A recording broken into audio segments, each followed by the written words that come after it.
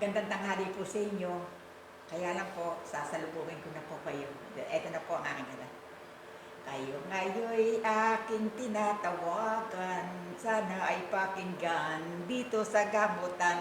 Dahil ito'y dapat paniwalaan, ang may sagot dito'y sadya ang may kapal. Ngayon ako sana ay didinggin ninyo, ang awit kong ito ay para sa tao. Ito'y dapat rin din ninyong malaman dahil may paliwanag dito sa gamutan. Magandang umaga po sa inyo. Ang aking pong paliliwanag, ito po, taas mo sa'yo.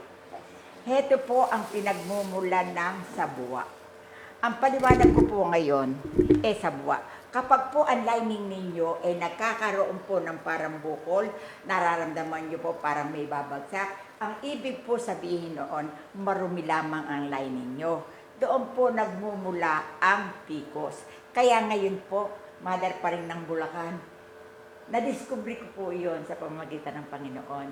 Kaya kung kayo po nakararamdam nito, hindi po masama na kayo ay humingi ng payo kay mother pa rin. O ano masasabi mo sa nararamdaman mo? Sige, magsalita ka.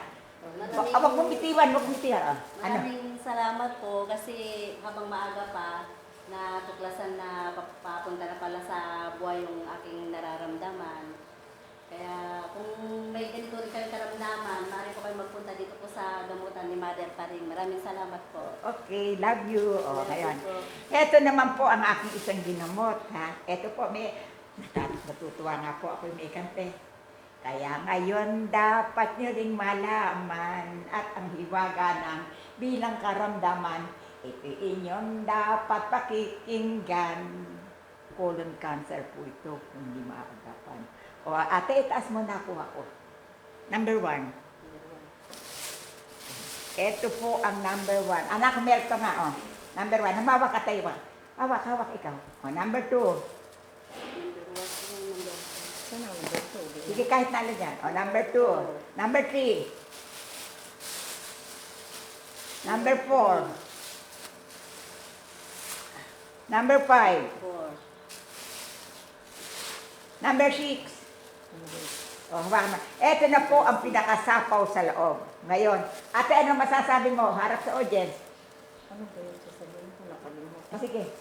Magandang hapon po. Magandang hapon po. Tumarap ka sa audience.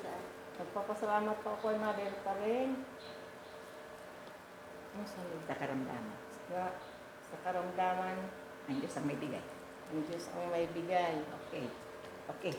Salamat po, Mother pa Okay. rin. Ito po ang akin sa... baba niyo na. Ito po ang banggit sa aking kanta. Diyos ko po, di ba?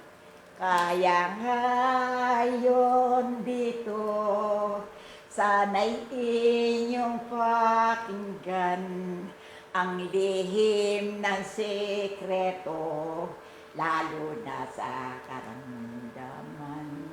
Mother pa rin ng Bulacan, pili-pilit ang may inam para ako po'y makatulong sa taong mamamayan.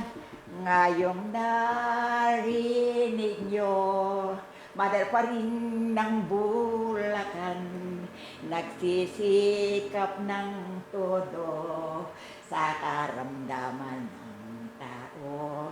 Kung kayo'y may karaingan, St. Joseph ay tunguhan, di kayo madidihado sa inyong problema sa karamdaman.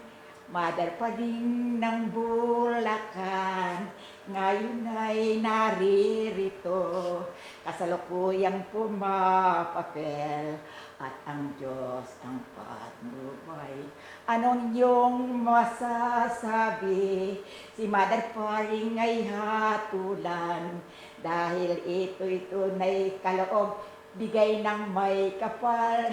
Di nyo malilimutan ang lahat ng narito, dahil ito ay patnubay, bigay sa ating pwesto.